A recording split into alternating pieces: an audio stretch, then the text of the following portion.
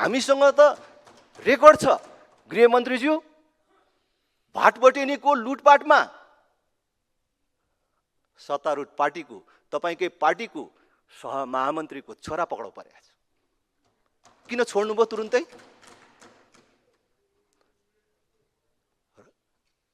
तपाईको नेताको छोराले रक्सी लिएर गयो,